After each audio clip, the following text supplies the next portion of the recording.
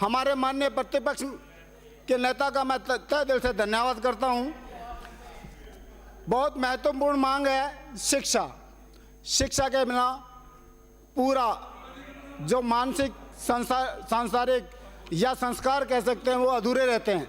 माननीय सभापति महोदय, मैं शिक्षा मंत्री से आपके माध्यम से पूछना चाहता हूं कि पिछले घोषणा पत्र में आपने कहा था कि पहले वर्ष में सभी पद भर दिए जाएंगे, रिक्त पद भर दिए जाएंगे। आपने पिछले घोषणा पत्र में कहा था।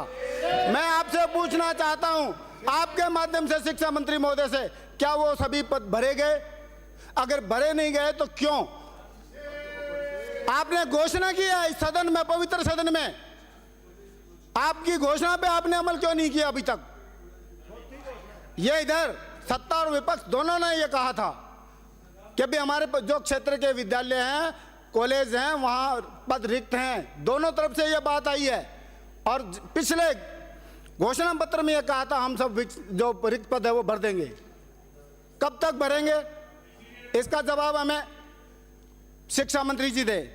माननीय सभापति महोदय, मैं आपसे निवेदन करूंगा कि मेरे विधानसभा क्षेत्र के अंदर जिस प्रकार मैंने आपको पहले कहा कि 60% पद जो है अध्यापकों के रिक्त हैं, 60%।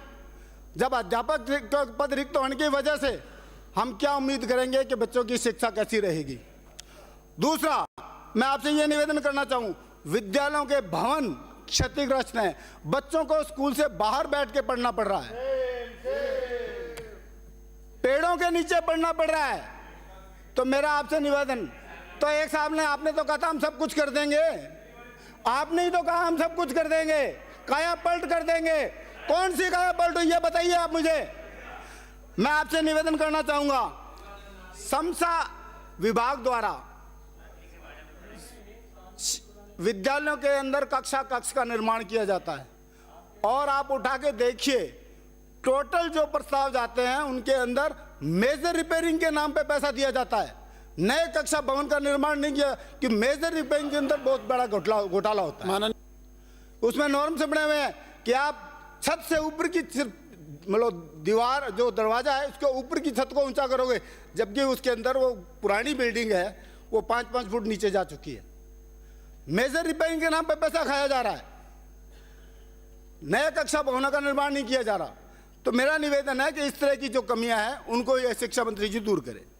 विद्यालयों में एससी की बच्चियों की जो जनसंख्या है वो 70% है राजकीय विद्यालयों में, क्योंकि हमारा ग्रामीण क्षेत्र 70%, और उनके लिए स्वच्छ शौचालयों की व्यवस्था नहीं है। मैं आपसे निवेदन करूंगा कि उन स्वच्छ शौचालयों की व्यवस्था करवाई जाए। और बहुत से आपने अभी विद्यालयों को मर्ज किया है दूसरे विद्यालय में, 7-7, 8-8 किलोमीटर ग्रामीण क्षेत्र दूर दराज के स्कूल जिनमें कोई संसाधन नहीं है उन बच्चों के पास, क्योंकि उन विद्यालयों के अंदर किसानों की, मजदूरों की और आम गरीब आदमी की बच्चियां पढ़ती हैं। उनके लिए संसाधन नहीं होने के बाद में भी विद्यालय मर्ज कर दिए गए, उनके पास कोई आना जाना, और उन्होंने अपनी शिक्षा को बंद करना पड़ा। माननीय शिक्षा, आपके माध्यम से शिक्षा मंत्री महोदय से कहूंगा इस तरह के जो स्कूल है दूर दराज के उनको मर्ज नहीं किया जाए। माननीय सभापति महोदय, मैं आपके माध्यम से निवेदन करूंगा अंग्रेजी माध्यम विद्यालयों के बारे में। यह सरकार हमेशा समीक्षा के नाम पे कभी किसी के नाम से विद्यालयों के ऊपर एक तलवार लटका रखी बंद कर देंगे।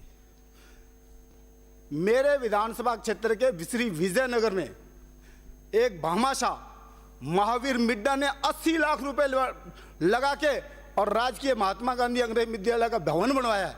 क्या आप उसको बंद करोगे? 80 लाख रुपए आप देखिए जाके, प्राइवेट संस्था का कोई ऐसा भवन नहीं है, हम उसको बंद करेंगे? गांव के अंदर जब स्कूल खोले गए, गांव के लोगों ने चंदा इकट्ठा करके 20-25 लाख में डिजिटल कक्षा बनवाए, क्या उसको आप बंद करोगे? भामाशाह कौन आएगा? कौन वहां जाके उनकी मदद करेगा स्कूल के अंदर? सरकार तो कुछ दे नहीं रही।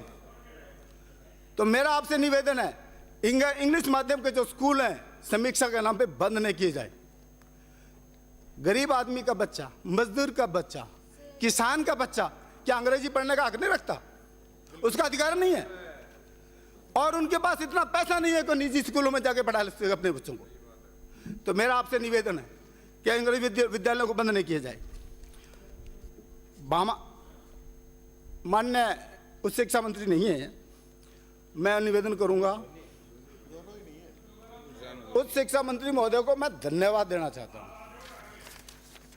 माननीय सभापति महोदय, आपके माध्यम से उच्च शिक्षा मंत्री महोदय को मैं धन्यवाद देना चाहता हूं कि मेरे विजयनगर के मैं धन्यवाद देने के लिए पूछ रहा हूं हमारे उच्च शिक्षा मंत्री ने मेरे विजयनगर ब्लॉक के अंदर 12 बीघा जमीन जिसकी कीमत 10 करोड़ है शहर के अंदर, और 5 लाख सरकारी मापदंडों के हिसाब से बिल्डिंग बनाकर देने के लिए कॉलेज की बात की, तो शिक्षा मंत्री जी ने उस कॉलेज को मंजूर किया। इसमें धन्यवाद देना चाहता हूं।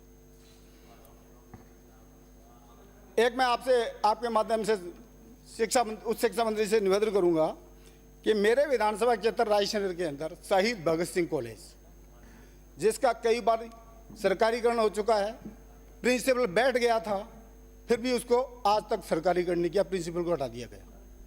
उस महाविद्यालय की कोई संस्था नहीं है, एसडीएम उसका प्रशासक है।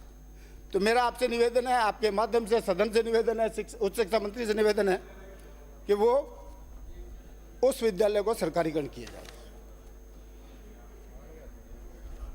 सभापति महोदय,